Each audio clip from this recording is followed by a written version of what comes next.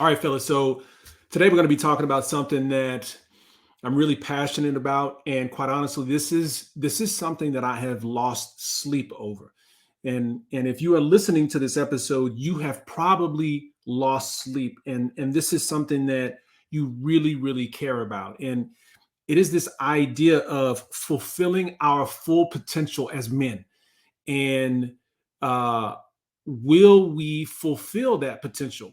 Are we falling short of that potential in being the best men that we can possibly be as husbands, fathers, business owners, career men, as men of God, as fulfilling our assignment here on this earth, fulfilling our God given and assigned potential? Are we going to do it? Are we doing it? This is something, like I said, I've lost sleep over, and I've noticed some common themes when it has come to my past and men that I have worked with. And there are these three mistakes, these common critical mistakes that we as men are making that are not allowing us to fulfill our full potential. And so we're going to be talking about those three mistakes and what we can do to avoid those mistakes so we can actually tap into that God-given potential here today on Elite Performance with Dr. Brad. Let's get it.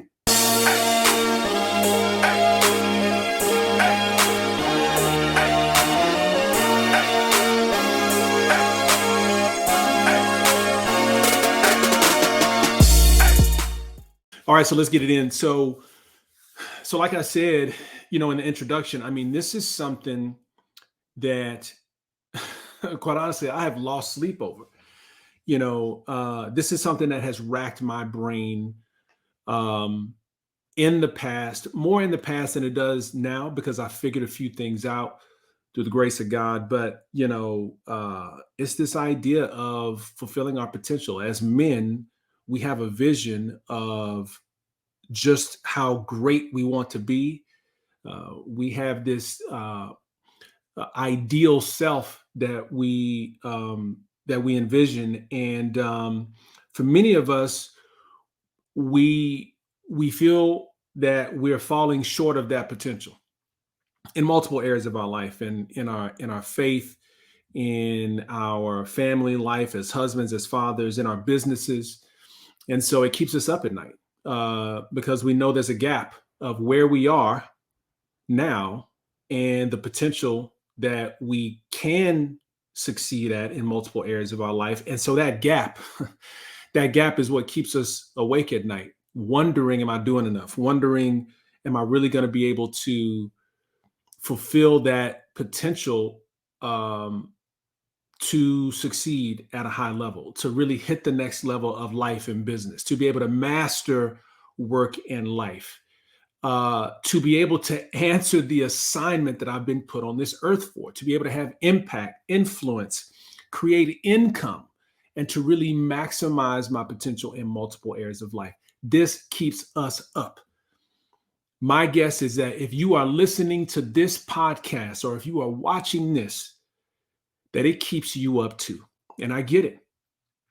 And so the ultimate problem for us is that for many of us, not everybody, but for many of us, we are not fulfilling our potential. We're falling short of what we are capable of in multiple areas of our life. As husbands, as fathers, we're not showing up as the men that we know we can be in our relationships with our spouse. We are not showing up as the fathers that we know we can be. Sometimes we're angry fathers. Sometimes we're just not showing up. Sometimes we're just too busy doing work, making excuses. For many of us, we're making poor decisions as fathers, as husbands, quite honestly, living a life of sin in these areas that really are destroying our life. And I call them the three S's: sex, status, and salary. We're allowing those areas to destroy us. I mean, that's just real talk. We're business owners. We've seen success. We might be killing it in one area of life, right? But in other areas, we're falling short. Our health, we're not optimizing our health. Our wealth, our relationship with God, we've has become very um, convenient, right? And so, it keeps us up at night because when we look in the mirror, um, sometimes some of us are looking and saying, "How did I get here?" You know, um, I thought it would be different. Our success that we've achieved has come at a great cost. It's come at the cost of our faith, our family, ultimately our fulfillment. We don't feel fulfilled. We feel frustrated, stressed, overwhelmed. I get it. And like I said, we're either wondering, like, how did I get here? How did I succeed in what I do professionally, only to get to this place and see that I'm falling short in so many other areas of life? I get it. I understand. Listen, I've been there before, man. I have been there on my knees in my home saying, how in the heck did I get here? Is this it? Is this it? you know,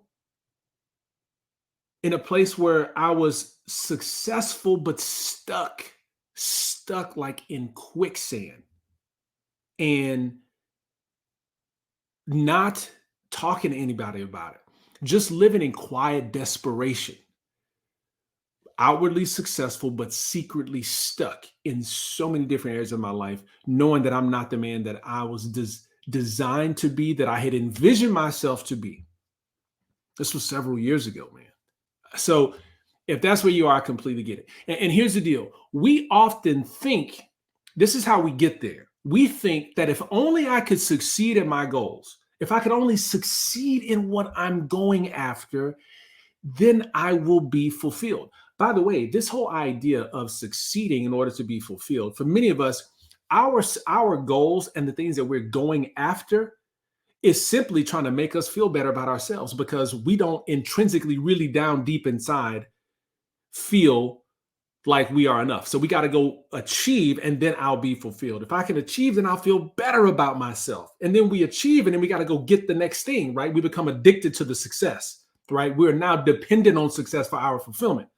That's a whole nother podcast. You can listen to some of my other podcasts. As a matter of fact, if you've been listening to me before, some of this stuff you've heard before. But we have this thought that if I could only succeed, then I'll be fulfilled. So we attack our goals with relentless pursuit to try and make us feel better. Right? To try and make us feel better. This relentless pursuit. And we do it. We do it, man. I mean, we follow what the whole world is saying right now, like hustle, grind, get after it, work hard, right? You're the captain of your own ship, and we achieve, but we do it at a cost. It comes at the cost of our faith. It comes at the cost of our family. It comes at the cost of our fitness and well-being. And so we become stuck, successful, but stuck in life, stuck in our goals, knowing that we're not hitting the level that we know we can do, knowing that we're not showing up in the way that we know we can. And ultimately, we are living in fear of remaining mediocre. We live in fear of mediocrity and staying where we are right now. What keeps us up is this idea of this constant cycle of reaching for our goals, hitting some of them, but staying stuck, or going backwards, staying stuck, going backwards, not wanting to set a goal again because we don't want to feel the failure again. And it's just this constant vicious cycle. Okay. We make a little headway, but then we fall back.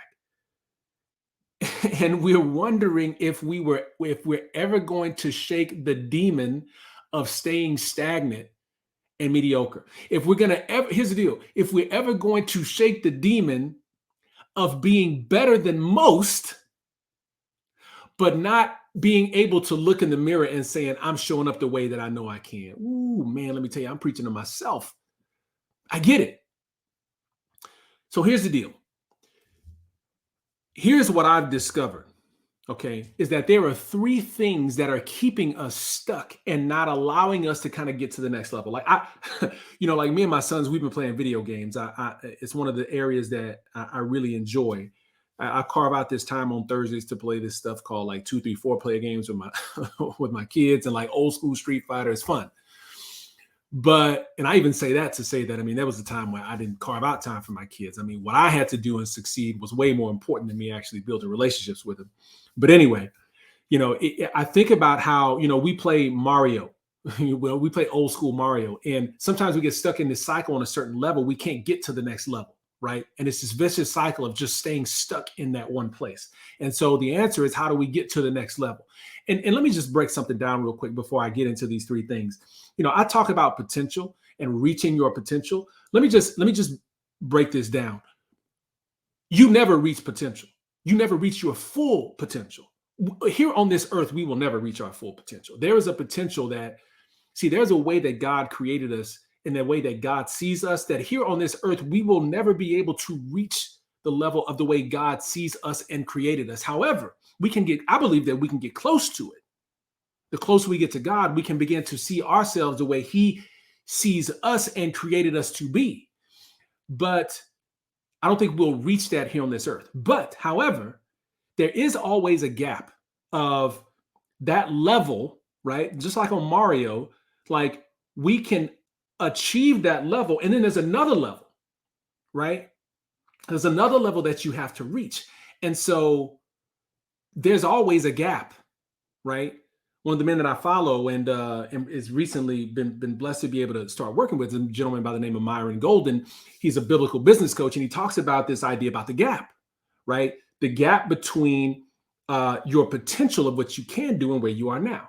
And you can reach that, but then once you reach that, there's going to be more that you can do.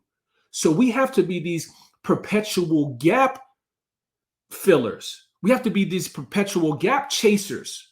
And for many of us, there's just that level that we haven't hit yet. Like on Mario, we stuck on level 3. Better than most, better than being on level 1. But there's a level like, 6, 7, 8, 9, 10 that we can't get to because we stuck on 3. So how can we at least fill that first gap? How can we hit this level so we can get to the next level? Okay. And there are 3 critical mistakes that I believe that I've seen in myself and other men that I've worked with and other men that I see are struggling, right? High achieving guys that are trying to get to the next level, but just can't seem to make it. These are 3 mistakes that keep us stuck, right? And failing to get to the next level in work and life. So let me break it down. First critical mistake that we make is number 1, isolation. Isolation. What I mean by that is we hide when we're struggling. It's so funny, when you think biblically, when we make mistakes, we hide. We isolate from everyone else, right? Adam hid, made a mistake, he hid. He was like, I'm gonna just go in isolation. I'm gonna get away, right? It's one of the worst things that we can do. Now, I'm not telling you that to condemn you because I get it. It's one of the things that I did for years, hid, couldn't tell anybody. Like, no, I'm gonna hide and I'm gonna try to do this thing on my own, right? So we get in isolation and push everyone back. It's the shame of failure. It's the shame of not showing up like the way that we want to. It's the shame of mistake that makes us hide and go away. Okay. So isolation. Now, here's the key to that. When I started connecting to community, a community of other brothers who were what I like to define as elite, who were walking the walk of success and fulfillment, and men of God showing up in as a great husband, father, business owner, right? Mastering work and life. These are rare individuals. This is who I want you to be. But these elite men that I started getting around, this community of these men, and I stopped being isolated. And I started to see my life change by just being in community. So isolation is a first mistake, but one of the ways that we can counter that is by having community. Okay. Second mistake we make is ignorance. Ignorance. What I mean by ignorance is lack of knowledge. That is the definition of ignorance, is lack of knowledge. Trust me, I'm not trying to insult you by calling you ignorant. But what I'm saying is that is that ignorance prevents us from reaching our full potential. Here's what I mean by that. We we lack the knowledge that we need in multiple areas. And we either are failing to seek the knowledge, or we are seeking that knowledge in areas that are not going to fulfill us or really push us to the next level. So we've either failed to seek the knowledge, or we're seeking the knowledge in the wrong places. We fail to seek the knowledge of mindset, right? We cannot perform greater than how we think, right? You hear me say, so you've heard me say this before, like beliefs lead to behaviors, right? Our behaviors are contingent upon our beliefs, our mindset, how we think. And until we expand our mindset, we can't get past the next level. It's like a thermostat. If we're stuck at 73, even if we try to get to 74, 75, it's going to bring us right back down at 73. Our mindset sets the thermostat of our success and our capacity to succeed. So we fail to seek the knowledge of mindset. We fail to seek the knowledge of identity. Oh my God. Listen, many of us are not showing up in the identity of how we were truly created and designed to be. If we really understood our identity, that we were created in the image and likeness of God Himself, fearfully and wonderfully made, right? Jesus Himself said, "You will be able to do greater things than me." Right? If you listen to this, I did the mind blown kind of gesture. If you're watching it, obviously you see I'm doing it. But the point I'm making is, my God, like, we don't know who we are. But when we come to know who we are, we'll be like, I'm going to stop doing the things that are preventing me from getting to the next level, because that's not really me. I'm not being the person who I was called to be. We don't have the knowledge of our identity. We don't have the knowledge of our purpose and our assignment here. We don't have the knowledge of significance and influence. Man, and let me just tell you, the knowledge that we seek and that we need is all biblical. He gave us a manual. He gave us a manual on how to of the knowledge that we need. But many of us aren't seeking or tapping into that knowledge. And again, I get it. For years, that book intimidated me. I didn't know, right? Now, cool part is part of the number one, community helped me realize that. Like, hey, man, that's not a religious book. That's a book on how to be effective in every area of life. And as I started reading it and applying those things, I started seeing my life change. So the second way to counter this ignorance is curriculum of biblical curriculum, right? Got the curriculum, got better. Life started getting better, right? Third thing that we, their mistake is, and to me, this is what I believe is probably the most critical mistake of all three is, and by the way, these are all connected, right? Isolation, ignorance, and this last one, inflation. You're probably wondering what I mean by inflation. What I mean by inflation is pride. Pride. The failure of the ability to ask for help. Oh my goodness. Do you realize how much my life has changed and the lives of those who've reached out to me for help? And in terms of how much my life has changed when I ask for help, right? We think we either know it all, we know it, or that we can figure it out on our own. Let me give you a clue. If you are still struggling in the same area for weeks, months, years, some of us decades, it is probably because we have yet to seek help. We keep thinking that we'll be in isolation, figure it out, right? And so seeking help, this is probably the biggest killer of men, is like, we can't ask for help. We can't ask for help. I can remember when I was at my lowest. It was crazy. Most successful, making the most money in my life, but at my worst in terms of living my worst life, if you will, as a man. And I reached out to my friend named Sean. And it was the first time I was just like, it got to that point. Like, I was one of the most prideful brothers you will find. Like, it just, that was it. Like, there is no way I'm going to let anybody know that Dr. Ballard, Dr. Brad got any issue on this life. I'm going to keep showing you what I want you to see here. Right? I'm going to give you the Heisman. I'm going to put my hands, show you what I want you to see. But, back here, I'm holding all my stuff. And my inability to let someone in, my inability to share with someone and to say, look, man, I just need some help. I don't even know what I need help on. I just need help. Just created more time for me to stay stuck. But the best way that you can accelerate your potential is to ask for help, reach out for help in any area of life. So I reached out for help. And, Sean started walking with me. I look at so many different things.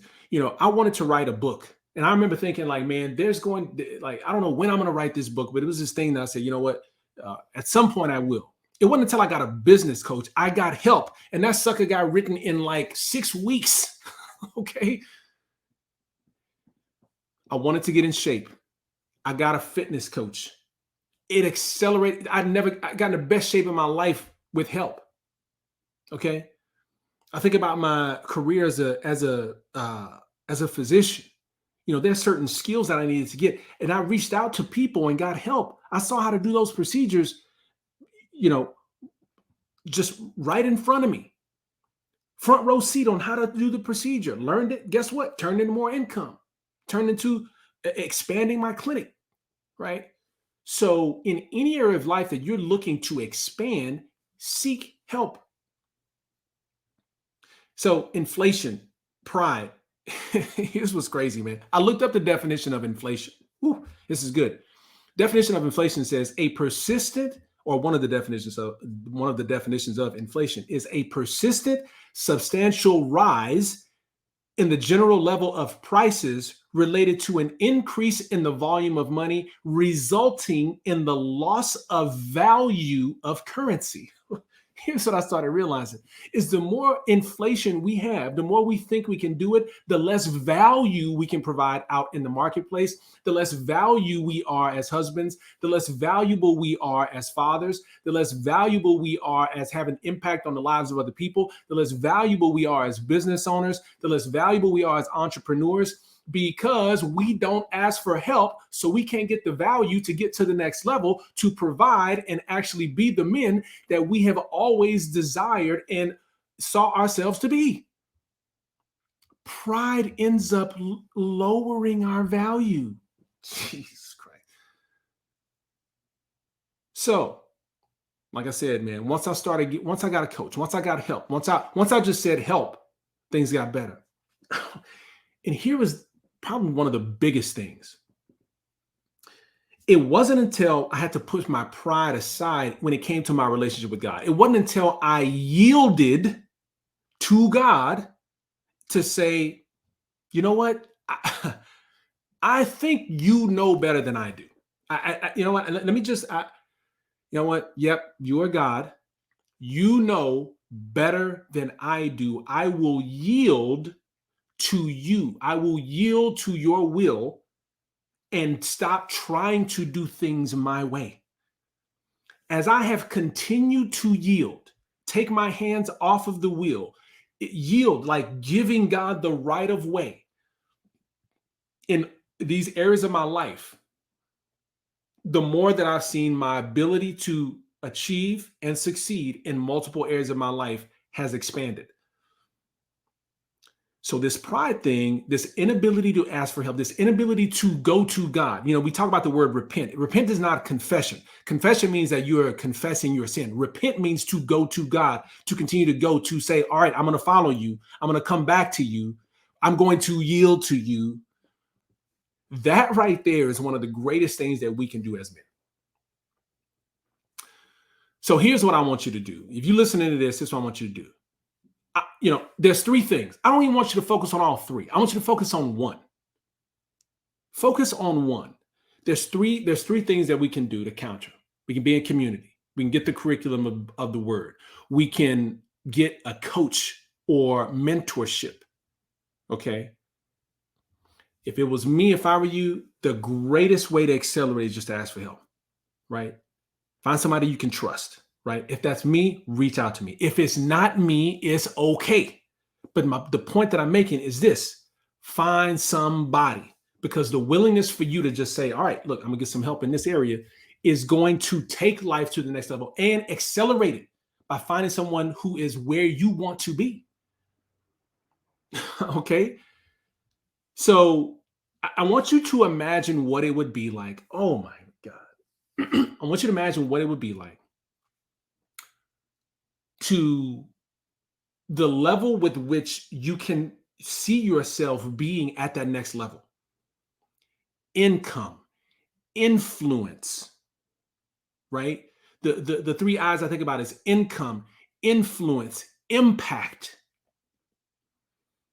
of being that guy that you can envision.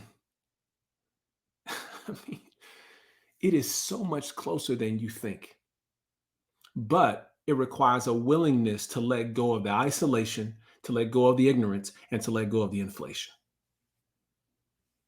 But I want you to imagine what that's going to be like. Oh my gosh, my goal for you is to be that elite man that you see and envision. But you got to make a decision. Can't make it for you. They say a man convinced against his will is of the same opinion still. I just hope that you take advantage of one of these three to be able to take life to the next level. All right, fellas, be blessed.